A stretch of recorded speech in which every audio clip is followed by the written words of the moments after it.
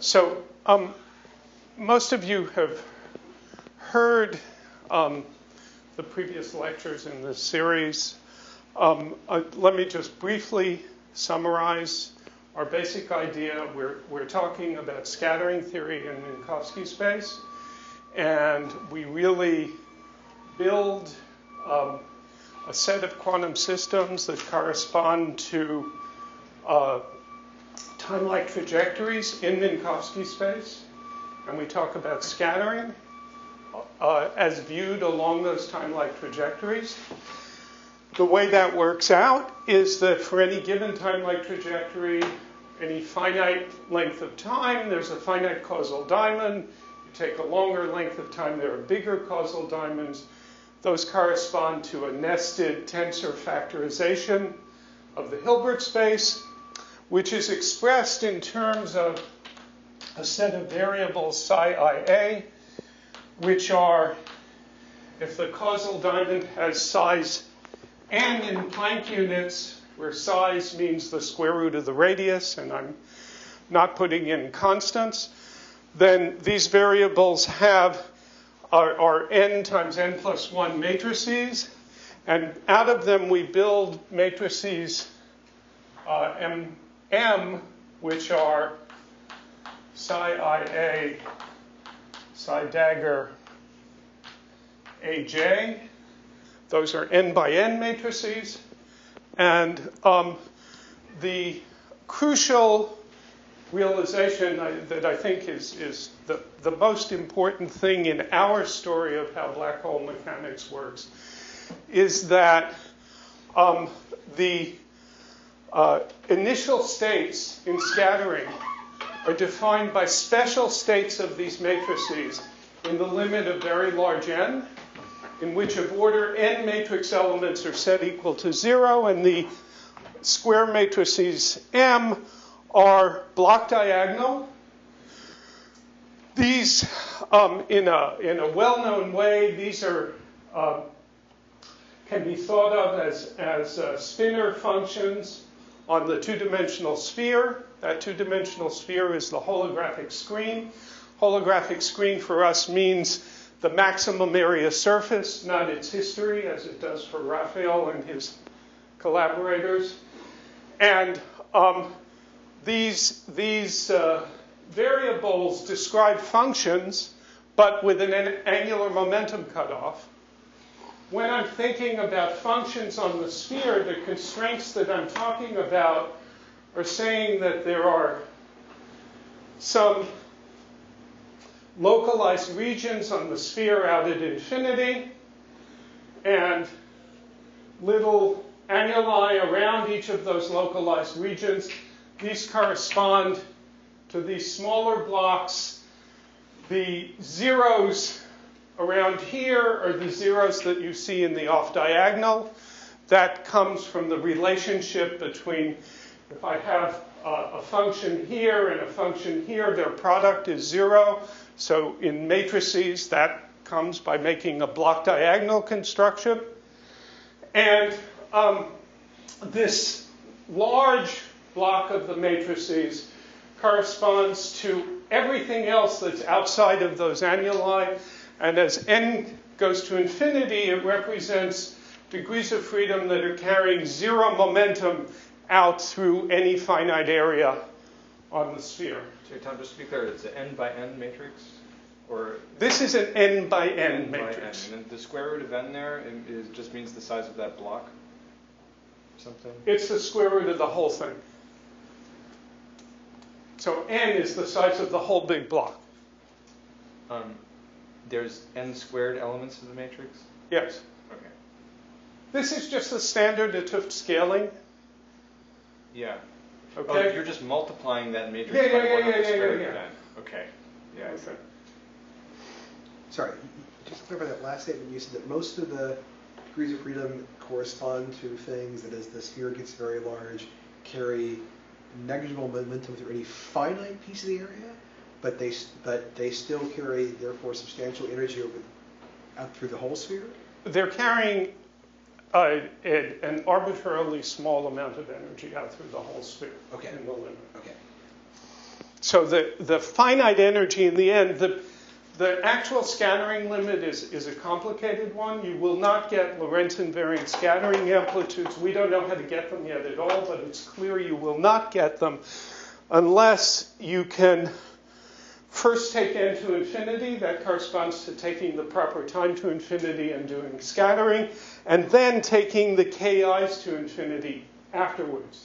Or perhaps in some correlated way where ki behaves as a certain power event. We have not figured that out yet because we don't yet know how to precisely implement the constraints of Lorentz invariance.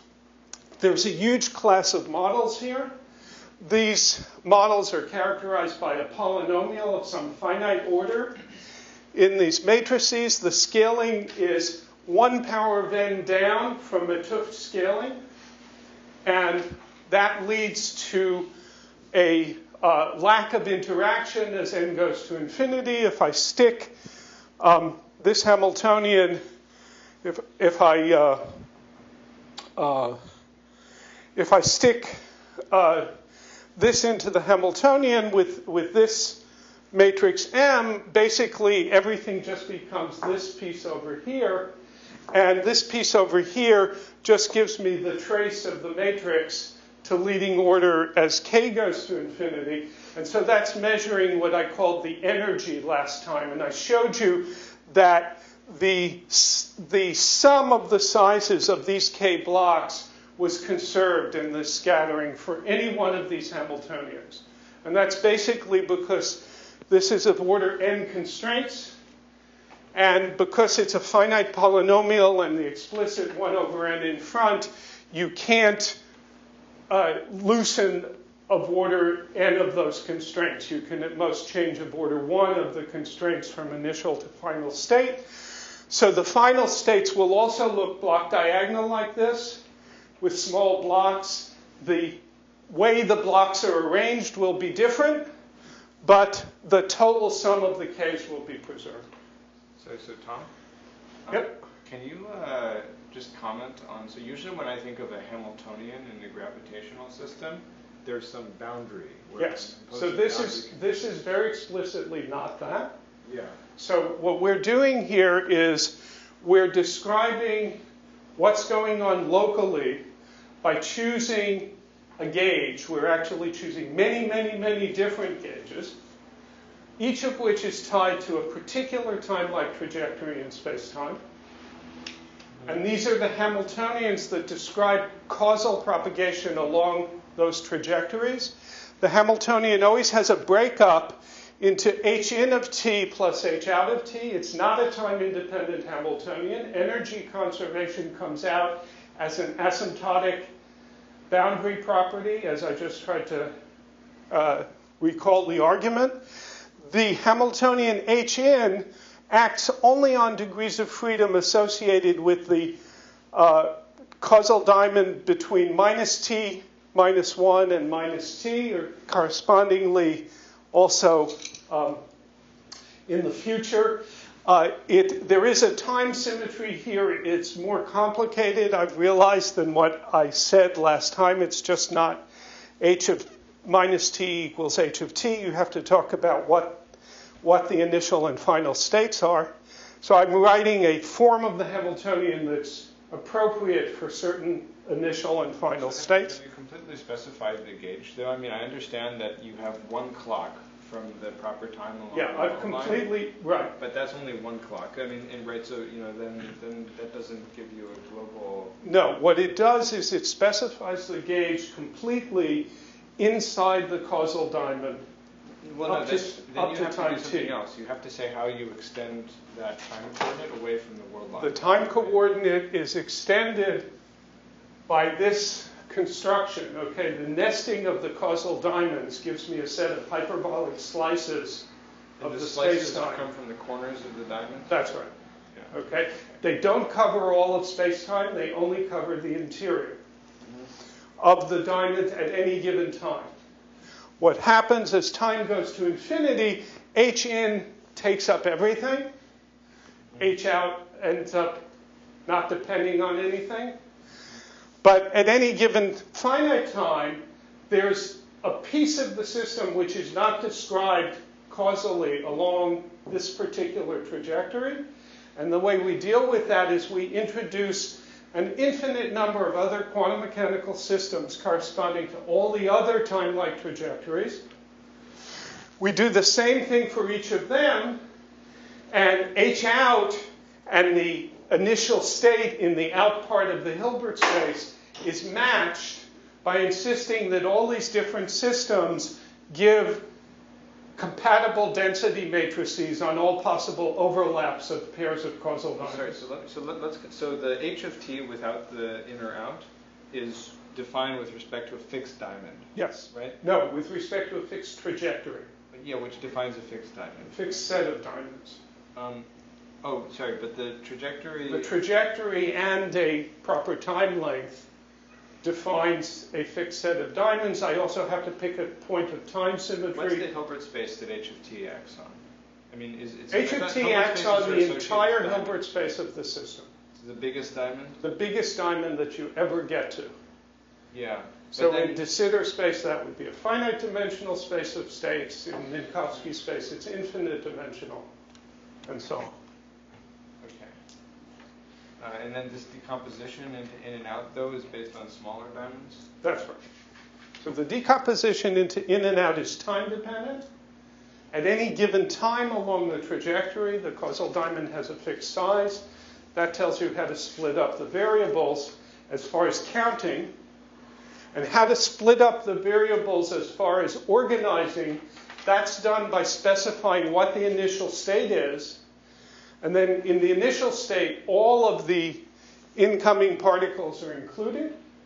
But as time goes on in a smaller diamond, some of those particles will simply not be seen by this particular trajectory in its small diamond. But in and out don't necessarily act on separate tensor factors in the Hilbert space, right? Or they do. But they do. There's not coupling between them? There's no coupling between them whatsoever, ever. So what happens is that you take these variables, yeah, the fermions for the largest causal diamond, you take a subset of them, which corresponds to those that belong to this small causal diamond along this trajectory. Yeah. You make that subset by making an angular momentum decomposition with respect to the particular SO3 that keeps that trajectory invariant. Okay, the one that, you know, the one of your celestial sphere. Yeah. And that'll be a different decomposition for different diamonds. And then if in a picture of Minkowski space-time, two diamonds overlap, there's a maximal diamond in their intersection, the rules of quantum mechanics say that that should correspond to some tensor factor in each of these two Hilbert spaces, and the two density matrices have to have the same modular Hamiltonian or modular But shouldn't there eigenvector. be interactions at the corners? Sorry? Should there be interactions at the corners? I mean, Those interactions are taken into account by this compatibility condition. So these different systems have no interaction whatsoever. So I shouldn't think of them as roughly being like sort of the thing. No, everything here is discrete. The diamonds grow by discrete amounts by adding an integer number of these fermionic variables. Yeah, but if we just fix the diamond, then yes, shouldn't there be entanglement between sort of the inside the diamond and the outside? The state might be entangled. The Hamiltonian doesn't have to be. But this is not quantum field theory. It's discrete. Yeah, well, I understand it's not quantum field. So you field don't theory. have to do that. Yeah, but I mean, so for example, if I studied the state that was the thermal density matrix, e to the minus h. On the whole thing? Yeah. Well, there's no h here, really, but... Well, that would be a product state, then, between the inner and the outer parts of the diamonds. Right? I'm not sure what you mean by... You mean e to the minus h of t at some particular t? Yeah, that would be a product state. Yeah, that's a little weird. What? There's no significance, I think, to h out of t, okay, except the significance that's lent to it by its overlap conditions with other trajectories. Okay? Okay. So now, one of the reasons I wanted to emphasize all of this, I explained last time how when I look at the dynamics that's generated by a Hamiltonian like this, there are sort of two choices of what can happen in some small causal diamond at some time t, depending on what one says about how the initial state is configured and how the incoming particles enter into that diamond. If the incoming particles are such that the number of particle degrees of freedom always remains small compared to the number of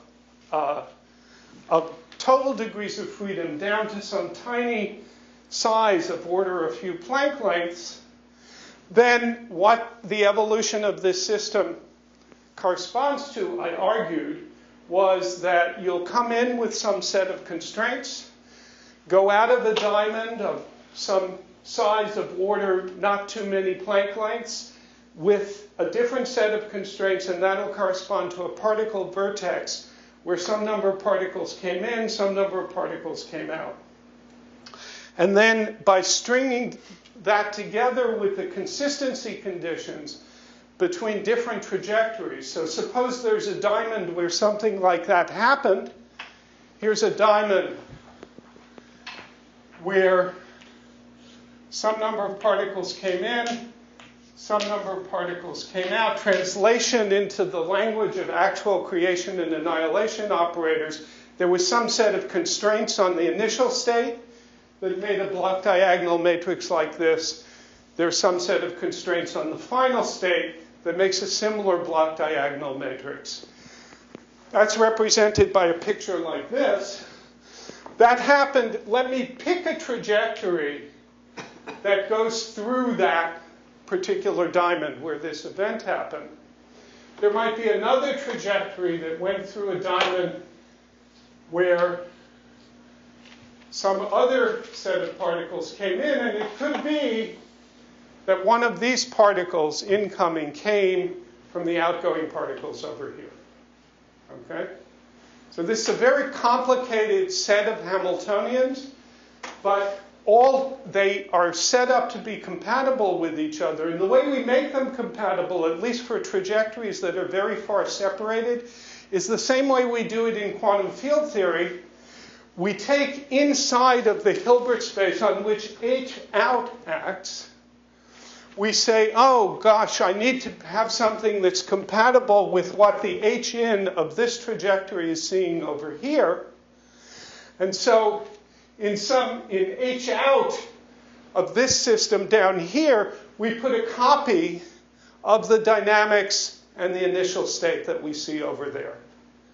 Okay? So this is what determines, we believe, H out to a large extent. And the real determination, you have to use not just trajectories that are at relative rest, but also trajectories that have relative velocity with respect to each other. We don't yet understand how to impose those constraints. And we believe that they will be very strong because that's the constraint of Lorentz invariance of the S matrix. And we know, for example, from string theory, that we can write down a lot of good Hamiltonian theories that look like they're theories of gravity, except they don't give Lorentz invariant S matrices.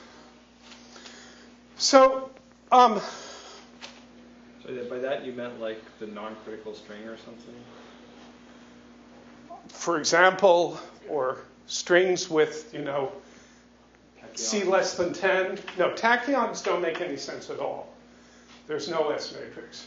Yeah. But if C is less than 10 and you work in light cone gauge, then the S matrix exists. It's unitary, but it's not Lorentz invariant. Bosonics. Superstring with, you just mean the subcritical? I mean the superstring with the wrong number of dimensions. Yeah. Right. Okay. So there's a conformal anomaly and so on, and we can't go between the. Okay. So one of the things that this formalism guarantees is that all interactions are local. Everything is unitary, manifestly. And it has this version of general covariance in it, namely this statement that physics as seen along different time-like trajectories, whenever it's comparable between two trajectories, gives you the same answer up to a change of basis in your Hilbert space. Okay, so now what's the other thing that can happen besides these particles coming in? Well, it could be that the amount of energy that you try to put in, the size of these blocks that I try to put into the causal diamond of size n, is such that I don't have many more constraints than I have blocks, okay? So I don't have this large reservoir of degrees of freedom. And in that case, the argument that the system just ends up with of order n constraints, well, it doesn't have of order n constraints to begin with, and so the system will, if the Hamiltonian is chosen to be a fast scrambler, and Susskind and Sekino have conjectured that essentially all Hamiltonians of this matrix form are fast scramblers, the system will scramble itself. And so you'll get an equilibrium state, which I claim is extremely metastable, because the way that it will decay is that it'll have to wait. So I have now some large block. All of the matrix elements are turned on. The states no longer have a particle interpretation. They have to be thought of as just living on the horizon, because there isn't this way of following the constraints in that makes them into local degrees of freedom. And that the system then qualitatively has all the properties we expect of a black hole. In particular, in order to get back to a situation with constraints, you have to ask, how probable is it to have n constraints on a system of n squared variables? And you find that it goes like, if it's n times e constraints, it goes like e to the minus e times n, and that's the right qualitative scaling of the thermal behavior of a black hole. So these systems will emit particles in a thermal manner and will decay slowly if they're large enough. Could you say more what you mean by constraints exactly? Yeah. The constraints are that these are operators. Right. So every matrix element of this matrix is an operator in my Hilbert space. And a constraint means with eigenvalues 0 and 1 or something? It's, for example, yeah, it's more complicated than that because I have a lot of fermions. And so these M's are matrices in the different fermions. Oh, yeah, Okay. So my constraint in terms of the fermions is complicated, but what it's basically saying is that of order n fermions is set equal to 0. Okay? So you're thinking of that as a constraint on the state. On so the when state. this operator acts on that state. Right. So this I wrote this as if it looks like an operator identity, but it's not. This is just a way of specifying what the initial state is. But the operator M acting on the initial state looks like this. Okay? So there are definitely, in systems of this type, there are two kinds of states. Sorry, can I ask one more question? Yes. You're talking about particles, but I realize I don't even understand what the no particle state is. There is no Can such you thing. describe the vacuum? The no particle state is the state where at infinity there are no constraints. So it's a generic state of the variables.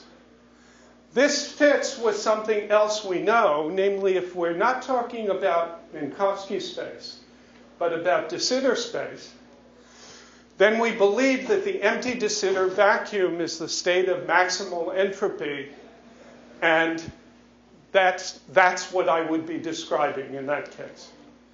The difference between the two is that we expect, and this is something I believe may require Lorentz invariance to really occur, we expect this huge set of degrees of freedom that to actually decouple in the Minkowski case in the limit n goes to infinity. And thinking of those degrees of freedom as very low energy gravitons, the arguments for that we know in standard S-matrix theory involve Lorentz invariance. And decouple means completely decouple? Yeah. Yeah. So I can just ignore them for... Yeah, that's right. Yeah, this is this weird fact that the entropy of Minkowski space is infinite if you approach it from de Sitter space. Right. Yeah. Right. So the idea is that in Minkowski space, incoming particles are constrained states. Outgoing particles should be constrained states. If that's very hard to think about when I'm thinking about the infinite dimensional algebras of variables at infinity, the matrix formulation of this in finite causal diamonds makes it very precise. There's a finite number of degrees of freedom. These are going to be interpreted as particles at infinity, most of them not. And those that are not are definitely given zero energy by Hamiltonian, but they also had better decouple, because otherwise the S matrix won't be unitary. Right. Does this on the particle subspace. So the S matrix is unitary on the particle subspace. Right. Okay. But this has, I mean, does this have something to do with the fact that you always have gravitons here, so in Minkowski space, the S matrix isn't that well defined because the vacuum isn't fully separated. Something that you weren't here for. I gave the first lecture I gave here, I gave a whole lecture about how I don't think thinking about Fock space is the right way to think about asymptotic infinity in theories of gravity. You actually have to think about a current algebra that describes flows of currents through the boundary. And these variables were precisely that. Yeah. See you later. Okay. So now that Don is left, I can talk about black holes. So what I claim is we have models of something that looks a lot like black holes. These are explicit models. They are not. Almost all of them are not a correct model of quantum gravity because they won't have Lorentz invariant S matrices. But they have a lot of the qualitative features that we'd expect in such a theory of quantum gravity. So I want to talk about in this model, just one second, Daniel. I'd like to talk in this model about how I think about the evolution of a black hole and questions like the Amps paradox. Yeah. Okay? So I just had a question about what you said before, sorry. Yes. So in higher dimensions, infrared divergences get better. Yeah, the issue is not really infrared divergences, but that in any number of dimensions, the probability to emit in any scattering amplitude an arbitrarily large number of very low energy gravitons in all kinds of directions is non-zero. Yeah, but doesn't that usually show up via infrared divergences? No. What shows up by infrared divergences is in 4 dimensions, any process in which you don't emit an infinite number of gravitons has zero probability. Yeah, right. That's not true in higher dimensions, at least sufficiently high, but it's still true that these processes where I emit, you can just draw the Feynman diagram. They have finite probabilities to describe a unitary scattering matrix. You just can't describe just single particle states because any process is going to have some probability to produce these things and some probability that those things were incoming because you can't distinguish an initial state with 1 graviton of certain momentum from an initial state of 1 graviton of that momentum and 50,000 gravitons of momentum less than epsilon. Right. Okay? So I think that's the issue, and I think that's dimension independent. Okay. So the way that we think about black holes is to try to put completely out of our minds this picture, okay? Because in actual fact, we all know that once we take quantum mechanics into account in Minkowski space, that picture is wrong, all right? What happens in Minkowski space is I scatter particles, I create a black hole out of particle states. I just showed you a way in these models in which that happens. And then that black hole decays back into particles, okay? And it does it because it's a finite entropy system, and the set of all possible particles in infinite Minkowski space has much more entropy, and all the conservation laws are allowed. So just thermodynamically, it has to decay. So the right way to think completely quantum mechanically about a black hole, I would claim, is to think in Minkowski space and to think about a time-like cylinder of finite extent. This is sort of the history of the stretched horizon of the black hole from the moment the black hole is created until the black hole finishes evaporating. Okay? And I can then talk about trajectories in Minkowski space that, let's take a very particular black hole. I take two very high energy gravitons, I collide them, work in the center of mass, I create a black hole at rest in a particular place in space. I can think about the Minkowski geodesic that went through the place where that event will have occurred. Okay?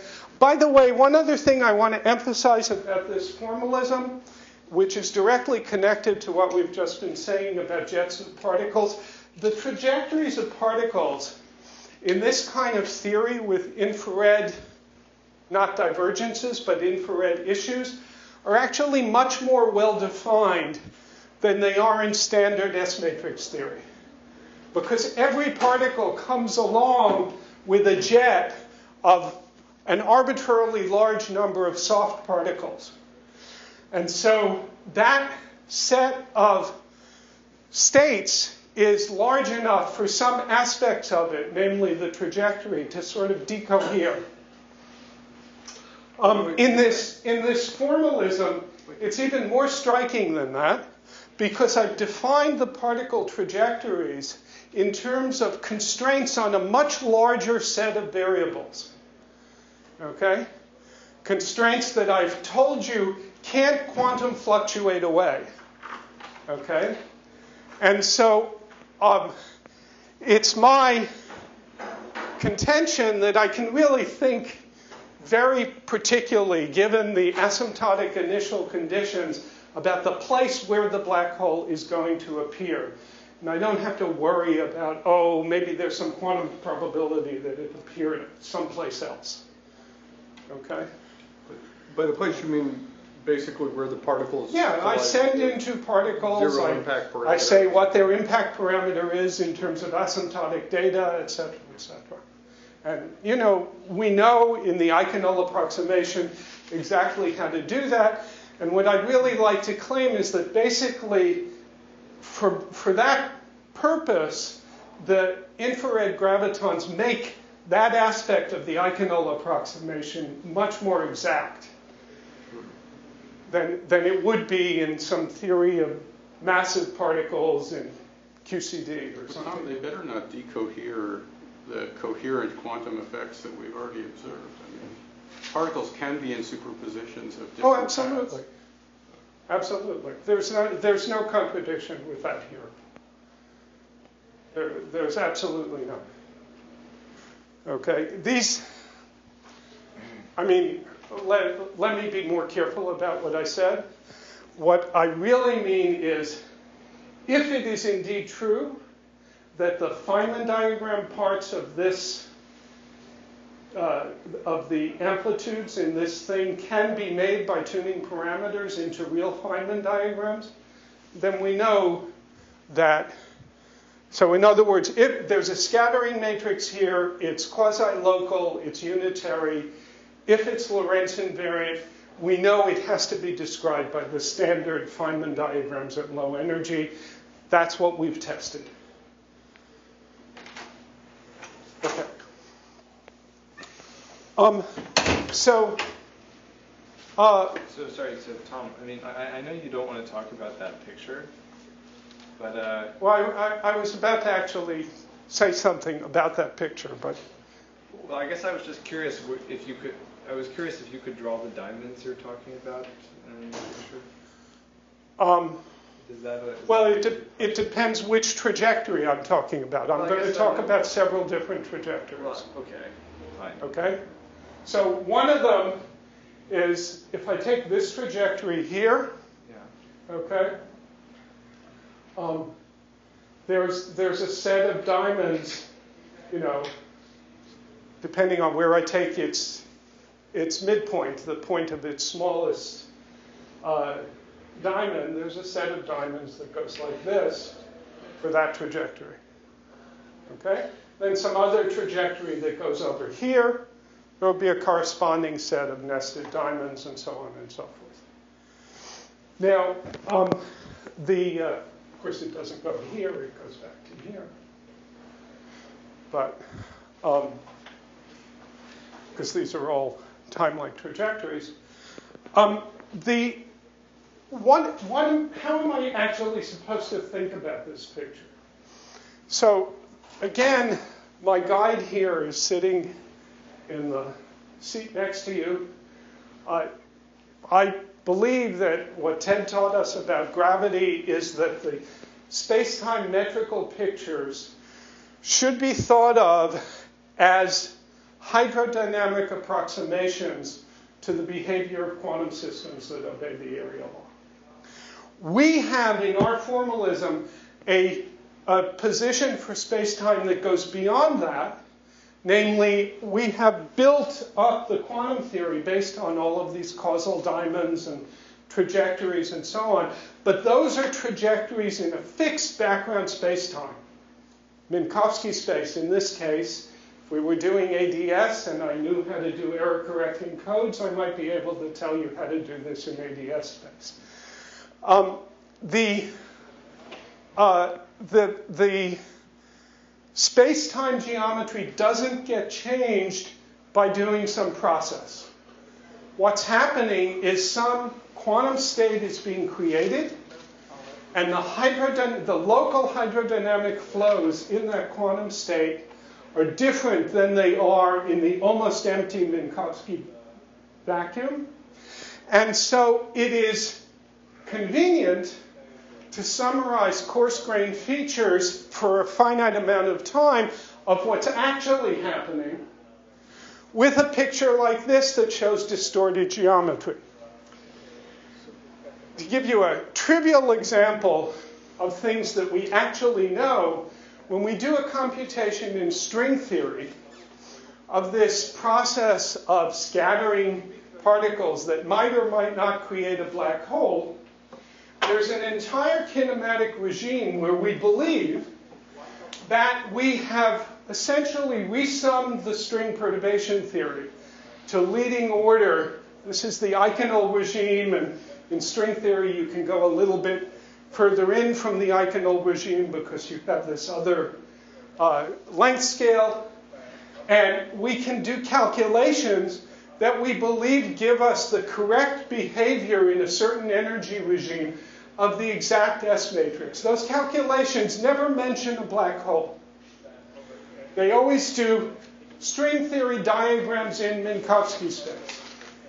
They get into regions where we suspect, if we try to push those calculations, we suspect black holes are formed. We have examples of Michael Duff's computation that show us how, as an approximation to those diagrams, we would see classical solutions. But we don't have to, even though it's beautiful, even though You know, it gives a lot of wonderful, correct physics. We do not have to have this picture in the exact description. Okay? So I'm going to be describing things in a way that try to reproduce aspects of that picture, but not all of them. And one of the major things that I don't like about this picture is this thing up here. Before you go into that, I guess there's a tension here, which I think I've maybe asked about before. But you know, on the one hand, gravity is hydrodynamics. That's message number 2, actually. Right. But message number 1 was that I have gravitons, you know, propagating gravitons. Those two things have no contradiction with each other, because if I take a condensed matter system near its ground state and look at low energy excitations of it, it's described by quantized hydrodynamic waves. And there are Feynman diagrams involving phonons and their interactions with other kinds of quasi-particles. And there's nothing that says from that the underlying theory is quantized hydrodynamics, and you know it isn't. But there's some tension because, for example, the gravitons, before you say anything about hydrodynamics, the gravitons obey something like a, well, you know, if you've got the right S matrix, they obey something like the linearized Einstein's equations or order by order Einstein's equations, sure, etc. And that's before you said the word hydrodynamics. So in other words, it looks like the equations that it would be depends whose paper hydrodynamics you are read already- first. If you read Ted's paper before you read anything else, you hear hydrodynamics before you hear Einstein's equations. Well, no, I'm just saying the way you've set up the formalism, you know, if you're really, you know, you've got, you know, some Hamiltonian that in the end is going to give you the correct S matrix for, that's say, because you know, that's because scattering. I'm studying a problem, which is Minkowski space. What we think we know about Minkowski space from string theory is that it's a system with a unique ground state, and we know how to calculate the interactions between small fluctuations around that ground state. Right. In a certain kinematic regime. And basically those well, they're associated with Einstein's equations in their own way. You know, it's the perturbative expansion of the Einstein. You know as well as I do, Steve, that the way that we actually got to those equations in string theory was not by deriving them as equations, but by calculating scattering amplitudes and taking limits and saying, oh, look, I can reproduce this in this limit by effective field theory. Yeah. And Okay. you know, we've both suffered through string field theory, which was an attempt to make more out of that observation than was in it, and it was a disaster. Yeah. No, but the essence of, well, or one way of saying, and maybe not the essence, but one way of saying what's bothering me is that, you know, your Hamiltonian already contains Einstein's equations in some, you know, slightly harder to recognize form, but basically Einstein's equations because it governs the scattering, the low energy scattering, say, of gravitons. But on the other hand, you're saying Einstein's equations come out of hydrodynamics, you know. I would claim there's no more tension there than there is between the fact that I can describe the low temperature properties of a solid in terms of the behavior of free phonons and then interaction corrections with Feynman diagrams involving phonons, and the fact that actually the quantum degrees of freedom of the solid have nothing to do with phonons, and that the phonon equations, the hydrodynamic equations as classical equations, come out in much more general circumstances for very high entropy states where the approximation of phonons as quantum particles is just wrong. Well, sorry, so maybe I'm misunderstanding, but so in ADS CFT, Einstein's equation and some approximation holds in the bulk. And we certainly don't worry about the fact that the Lagrangian of the CFT doesn't look anything like the Einstein-Hilbert action, right? I mean, Einstein's equation holds in the bulk as a quantum equation for computing Feynman-Witten diagrams. yeah. Okay. Yeah, but that's, I mean, and that's sort of... The other kinds of use of Einstein's equations where I compute non-trivial solutions is something else entirely, okay? And there are different non-trivial, nonlinear classical solutions in ADS that represent different phenomena. That's right, but so this was this thing we were fighting about maybe earlier this week and when I was here before about how, that you can sum up, you can construct things around the vacuum and then you can do this Duff kind of thing where you, or you can just start in the other background. And either way you're going to get the right answer, right?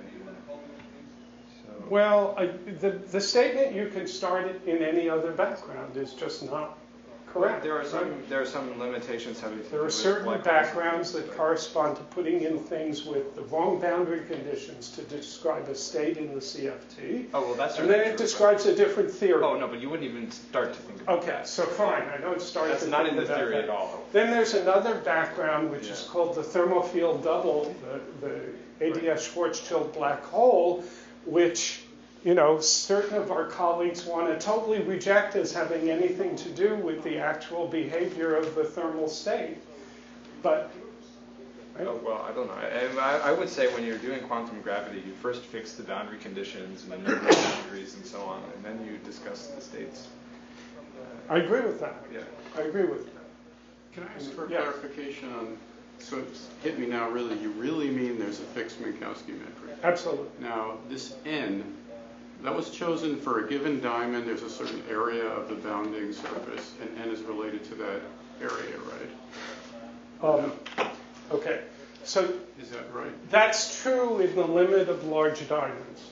Large compared to? Large compared to the Planck scale. Okay, fine. Let's stick to that. But now, so what I'm puzzled by is that area I'm measuring in this fixed Minkowski metric. Right. But now we can have, of course, a situation where we have some deformation of Minkowski. The most extreme one that we've lived through, so to speak, is, let's say, inflation. So the scale of the area in the underlying Minkowski metric that you're saying is some part of this theory is nothing to do with the scale of the area in the actual physical. Our theory of inflation is very different from what I'm putting on the board. Taking a fixed Minkowski background is something that's appropriate only if I'm doing scattering theory in Minkowski space. The theory of inflation is a different quantum mechanical model. It's not the same model. Let's take a scattering that forms a black hole then. I mean, all I'm trying to say is that what we call the physical metric can differ a lot from the underlying Minkowski Yes, I agree one. with that. And I'm still using the underlying Minkowski one. Wait. What I'm using is a quantum mechanics that was motivated by the underlying Minkowski metric. When the black hole is formed, all that I want to say about that black hole is that it has a certain entropy, And that's a quantum mechanical concept, all right?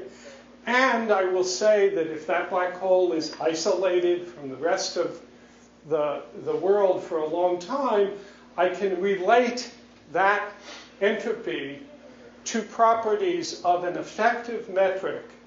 And those properties, I was going to try to discuss that in just a minute with this picture, So I want to try to talk, since there's not too much time, I want to try to reserve your question for part 3 and talk about the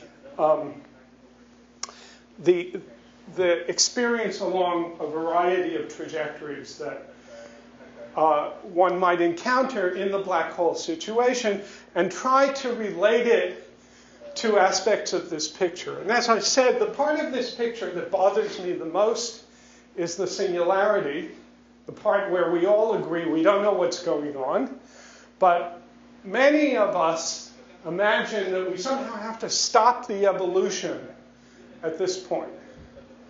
The picture I've given you of the creation of black holes in this matrix model, obviously that's not what happens.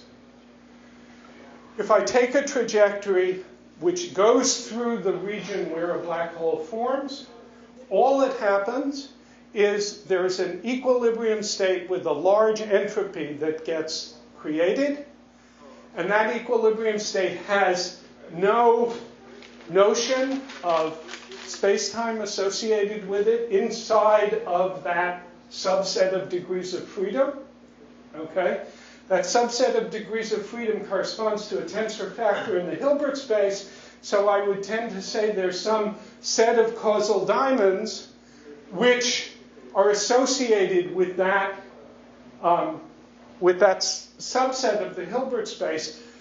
All I want to say for sure is that someplace on the order of the Schwarzschild radius, which is the radius associated with this entropy, that picture should coincide with conclusions that I make from this picture over here for coarse-grained quantities. Okay? So an example of a coarse-grained quantity, of course, is the temperature. I tried to argue for you that that was going to come out at least parametrically correct. But something else that will come out correct, at least to leading order, I don't know how to prove this more to higher order in an expansion in powers of the Schwarzschild radius, we've demonstrated, and I haven't done that in these lectures, that the interactions of this Hamiltonian lead to large impact parameter scattering of things that agrees parametrically in energy and impact parameter with what you expect from the standard Feynman diagram picture of the Eikenol approximation. The consequence of that is that if I think about this cylinder in Minkowski space, and I think about a trajectory that is just a Minkowski trajectory that goes up here, and now that's just a mathematical trajectory in Minkowski space.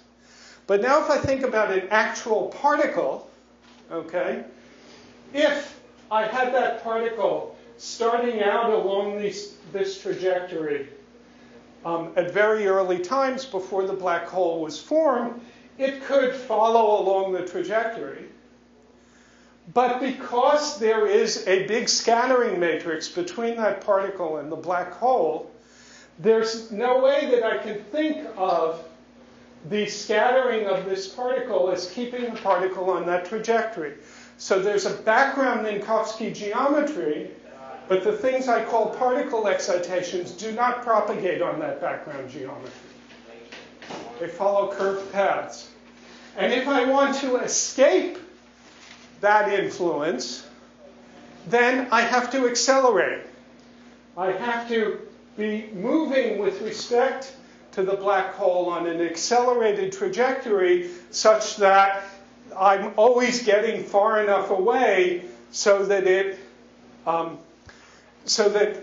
this attractive interaction that exists will not pull me in. Excuse me. So how does this interaction manifest? Like the interaction between the black hole and the other trajectory? Yeah, so I haven't actually lectured about that, but if you look in this kind of a Hamiltonian, at very large impact parameter, if the polynomial has high enough order, there are terms that involve the product of this block, the product of that block, and the product of this block. And if this block is in a generic state, you average over all of its states, that gives an interaction between these two blocks that's proportional to the size of their, what I call their energies, the product of the sizes of their energies, and has the right scaling with the impact parameter to be Newton's law or the generalization of Newton's law for relativistic particles at large impact parameter. We do not get the right kinematic factors to give a Lorentz invariant scattering amplitude. We just get the right scaling for this generic class of models. So you're getting all interactions? I mean, you have to get attractive gravity and two signs of charge for charge interactions. The model I've told you about so far, where these things are just fermions, doesn't have any charged particles in it. So it's pure gravity? It's pure n equals 8 supergravity which is M theory compactified on a torus of order of the Planck scale.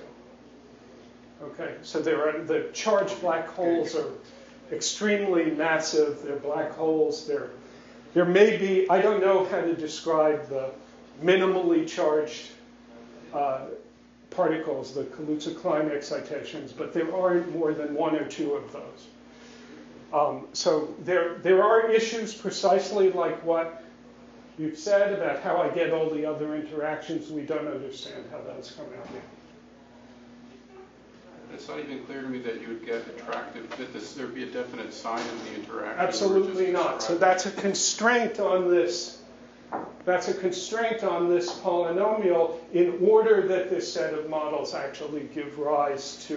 We don't, as yet, see any principle in the models that guarantees that that interaction is attractive, because it seems like it can come from various terms in the polynomial. And then if I give them random coefficients, I don't think the sign will be right. So that's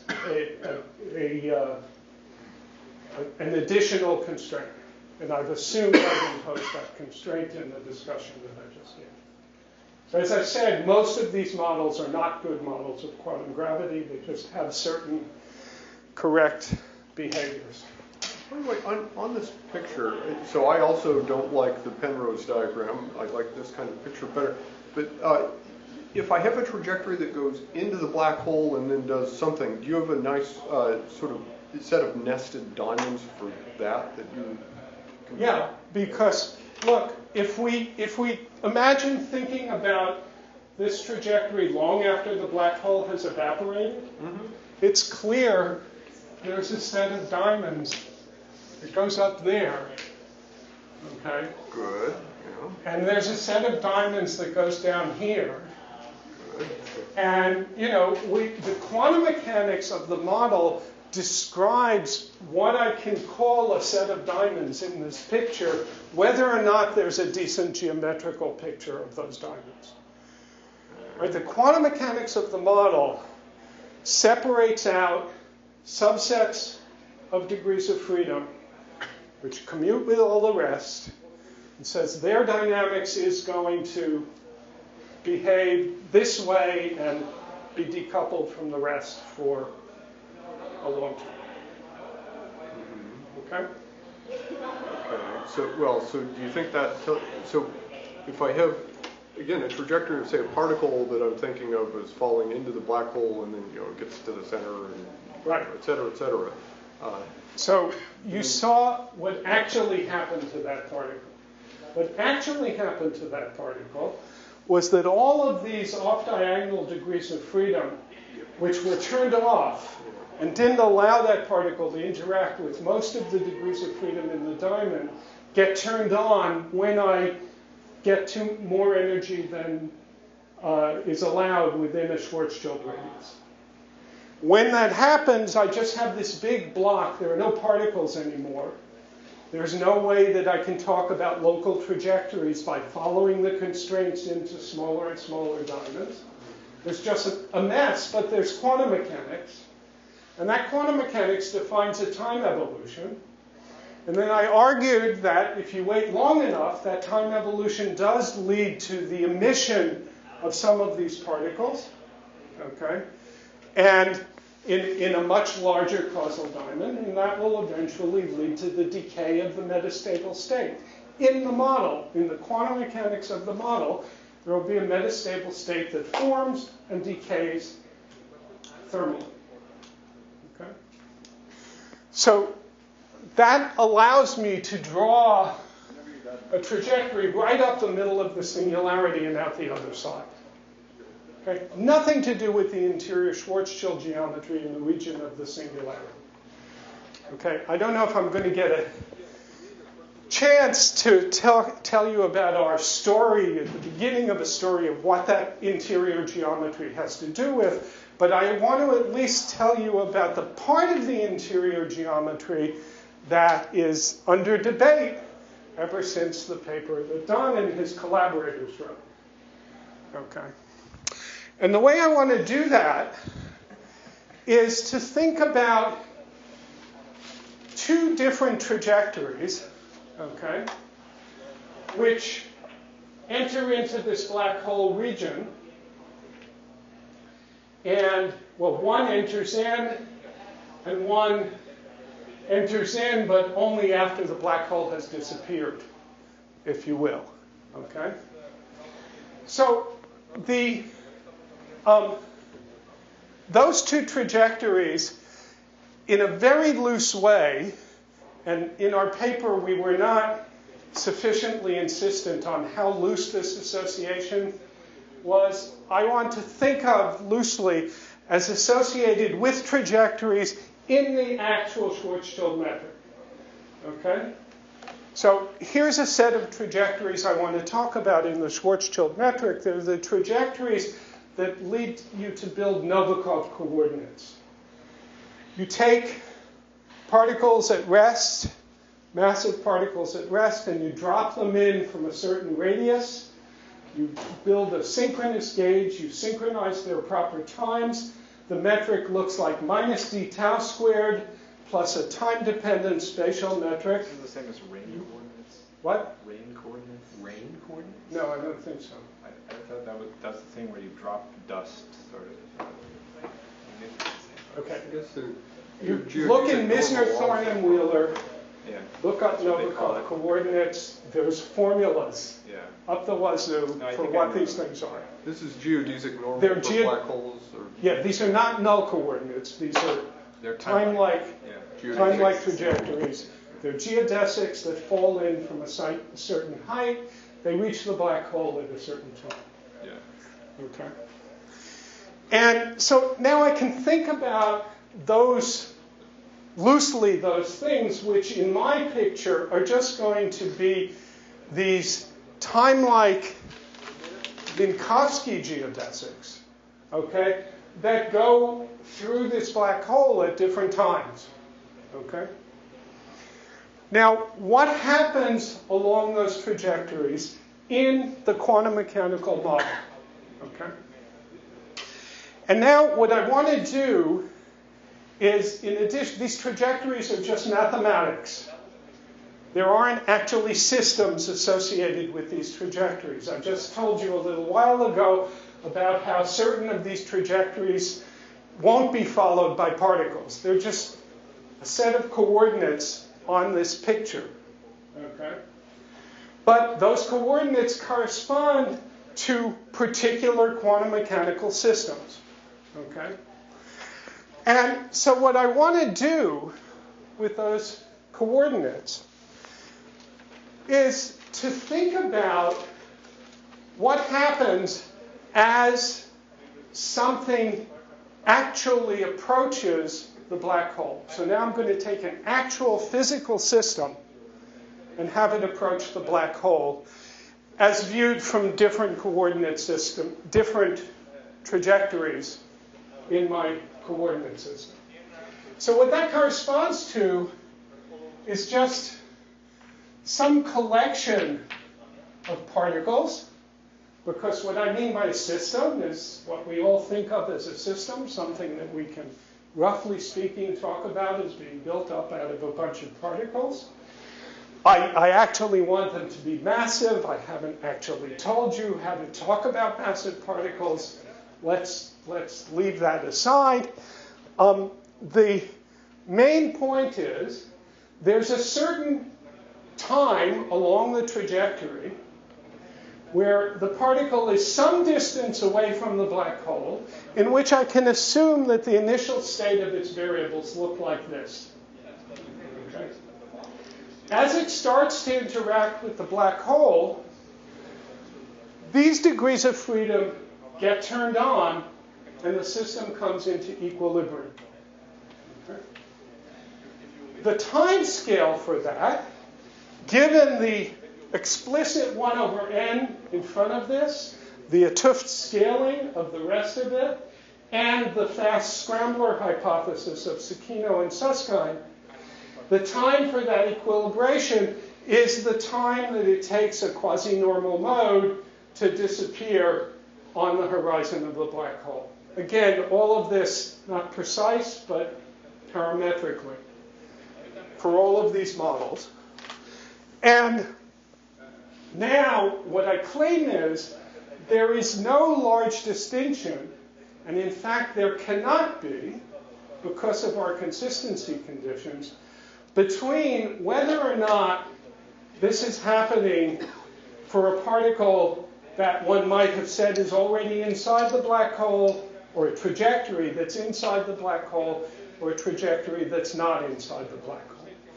Those two trajectories, if I think about causal diamonds, okay, here's one of them. So here's the stretched horizon, okay, and I want to think about a trajectory whose causal diamond looks like this, okay, and a trajectory whose causal diamond looks like this.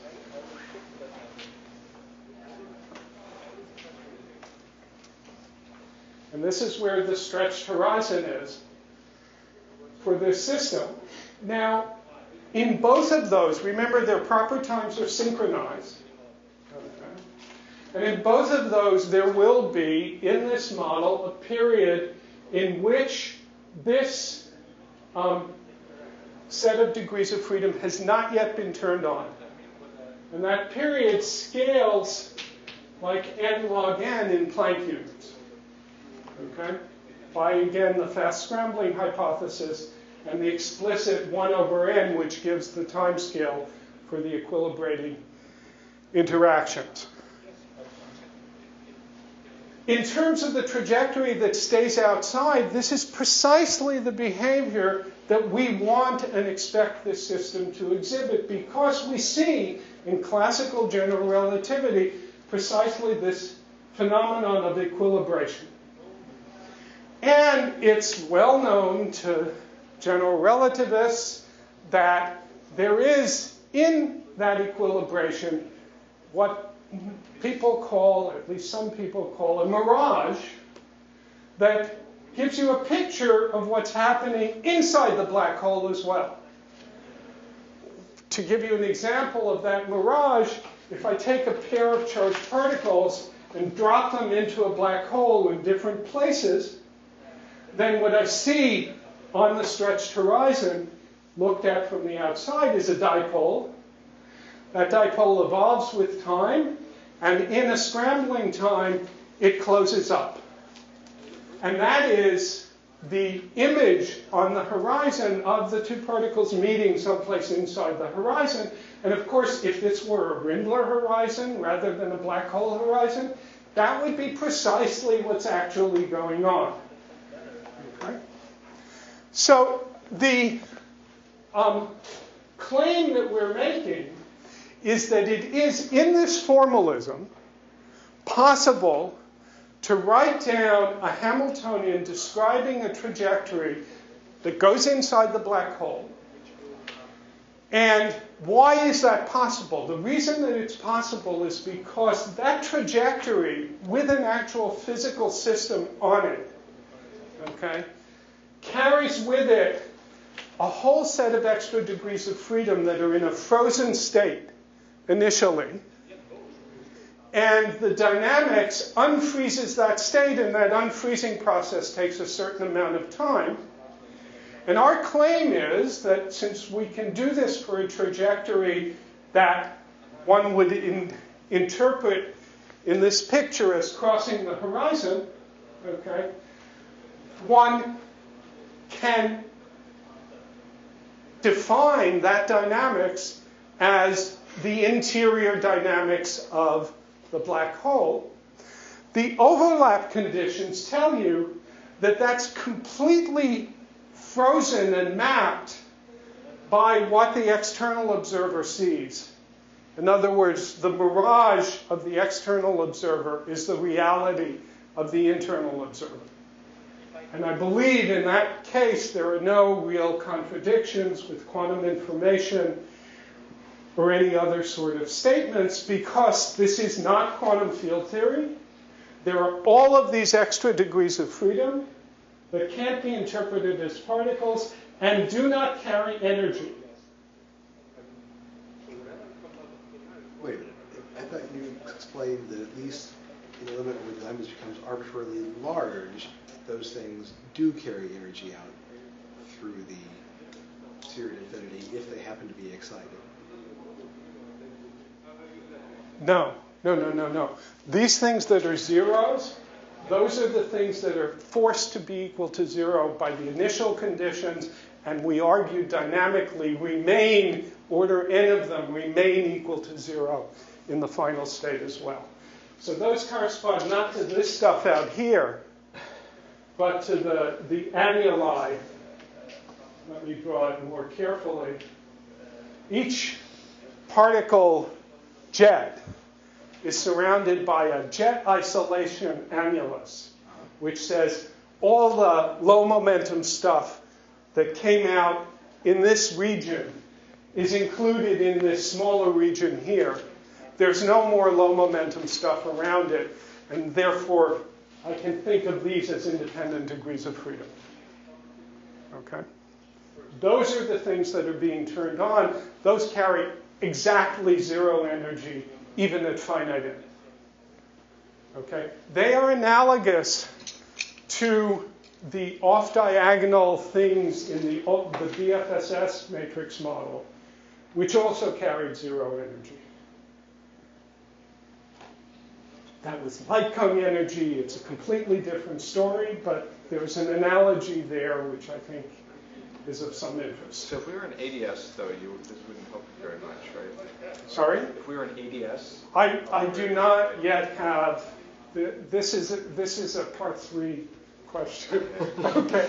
I do not. Joe needs to find a new standard for questions. 50 years from now. Look, I'm being very frank with you, and we've talked about this. Yeah. I have vague thoughts about how to do all of this stuff in ABS, but I don't actually have any kind of a real model yet. I've been thinking about it a lot as a consequence of being at this workshop. Okay. All right, those are the basic points that I wanted to make. We've also claimed, and this is something I would not stand behind as firmly as I stand behind the rest of it, that you can get an understanding of what's going on with the singularity from thinking about this. Because what this is really saying is that when you hit the black hole after it's been in equilibrium for a while, the interior of the black hole that you experience wasn't really there before. It has to do with degrees of freedom that are brought into the system when you approach the black hole. Okay?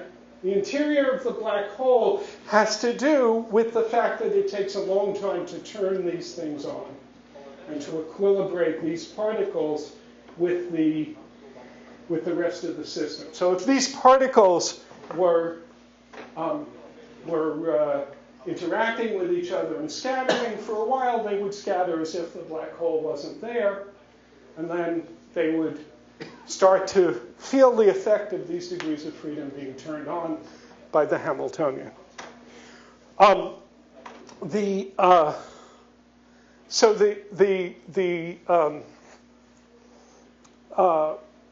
Part of the singularity behavior that I believe is associated with this is the fact if you look at the geometry of the black hole singularity, there are two things going on. If you think about the usual picture of a star as a bowl, all right, then what happens when you create a black hole is the static bowl becomes dynamical here, and it becomes, quote, infinitely long and infinitely thin in finite proper time, but the region up near the top always stays with a smooth geometry of order the Schwarzschild radius. And that all that infinitely long, infinitely thin junk is always happening in a place that's causally disconnected from you. What does causally disconnected mean in quantum mechanics? It means associated with degrees of freedom that commute with you and which you have not yet interacted with. Okay? That, I think, is what we're seeing here. The reason the black hole is an approximation to the actual black hole in which I attribute the black hole an infinite amount of entropy. Okay? The classical eternal black hole, the reason it doesn't decay is because it has an infinite amount of entropy. So that has to have this region where it's continually allowing for little tiny things that I don't allow to perturb the hydrodynamic metric in without having any effect. This is the quantum mechanics of what's really going on. They do have an effect, and we know that in fact even something quite small of order the Planck mass increases the entropy by an amount of order m in 4 dimensions. And so there is a large increase in entropy, which we usually don't talk about when we throw something small like a chair into a black hole. Okay? But it's there. In the quantum mechanics, it's important. I think the reason the hydrodynamics has this running away of the singularity is to be able to account for that. Okay? And then you can make an even less plausible sounding story about why it looks like things are squeezing together. Basically because different trajectories that are thrown in from different places, which normally would see very, very different sets of degrees of freedom if they waited a long time in Minkowski space, they end up just having a complete overlap. Not every place on the sphere, but if you're close enough together, you come in at an angle, you do get an overlap of your causal diamonds that is not what you would expect in flat space. And the geometric way that you encode that is by having this squeezing of the black hole throat. And this last part, I really wouldn't want anybody to hold me to. First part sounds sort of plausible to me. Okay, so that's our story about black holes. Thank you for your attention.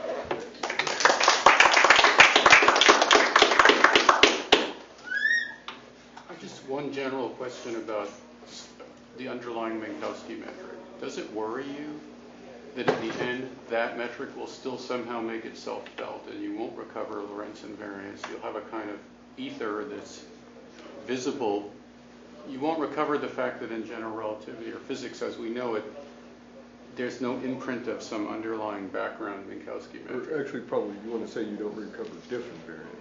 Well, that's even a bigger, yeah, we should get that. But I'm just worried at the very basic level, do you see the mechanism by which we're assured that we won't see the fact that there's an underlying Minkowski metric in your theory governing the fundamental structure of the Hamiltonian?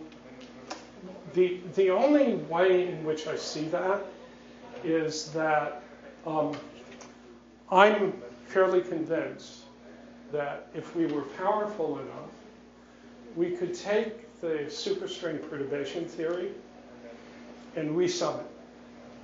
Okay, by some resurgence technique. So basically, that's going to give us an asymptotic expansion of all scattering amplitudes at all energies, which breaks down rather dramatically in the black hole region. Well, it's not asymptotic there. Excuse me? Yeah, I agree. But there's a region where it's asymptotic. It gives rise to an analytic S matrix. And so if there's a way to resum it in the region where it's asymptotic, then I think we should be able to analytically continue the answer. Okay? Now that calculation of the scattering matrix is done just in a background Minkowski space. Okay? Nothing else there in the space-time picture. All right?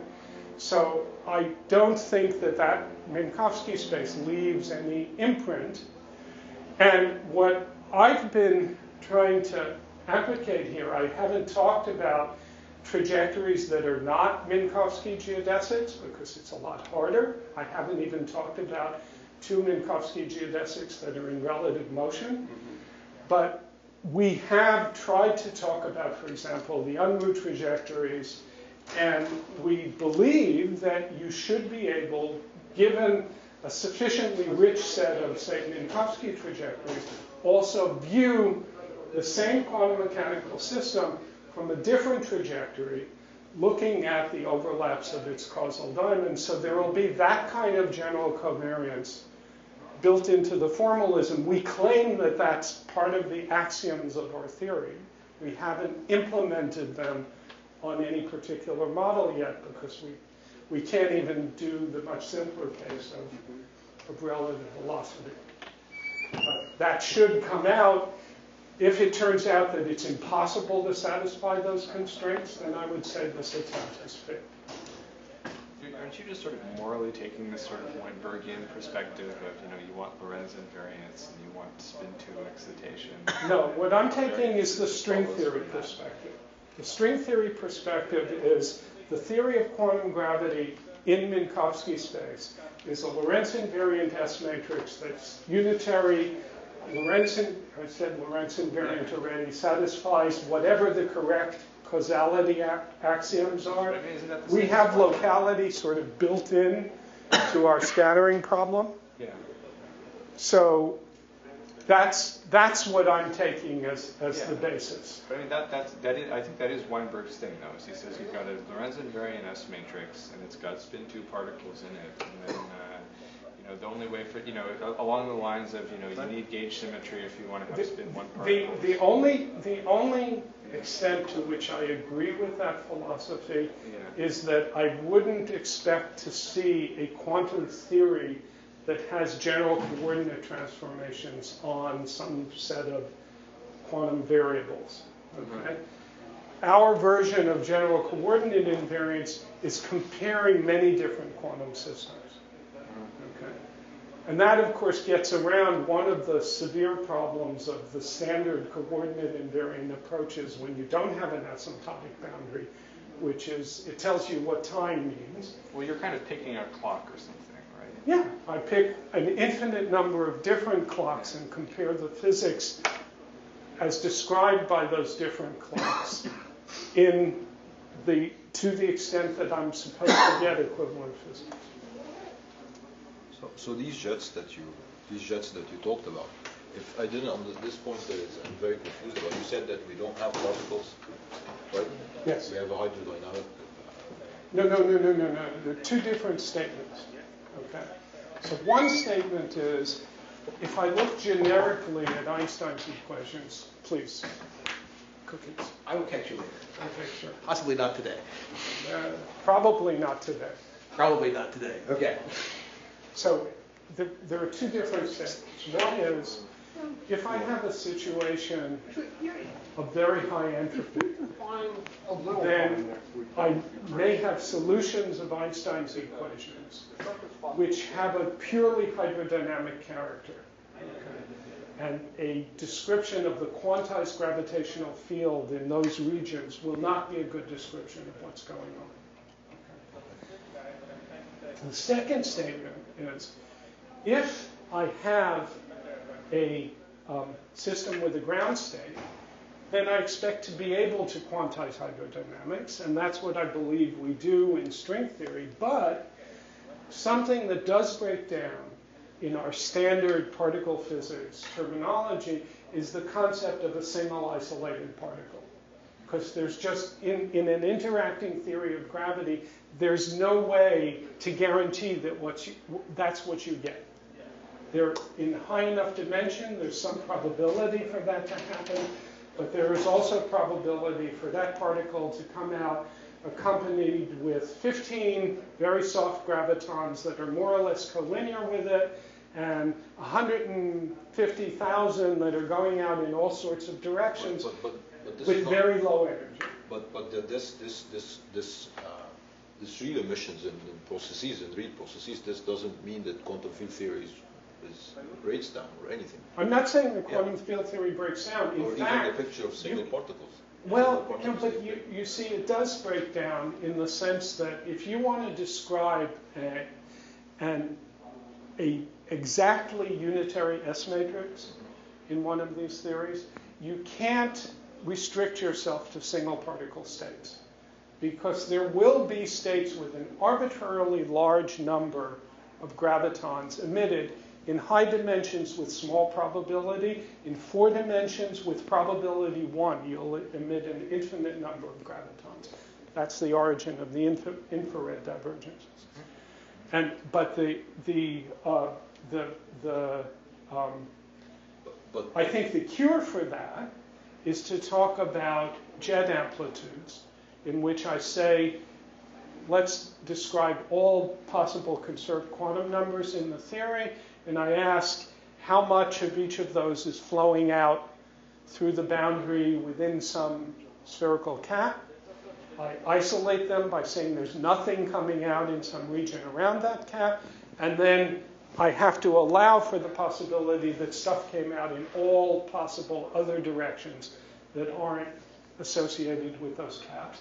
And then I can try to take the limit where the size of those caps goes to 0 in area, and that'll give me, if I get something that's delta function localized in momentum space, that's a single particle state.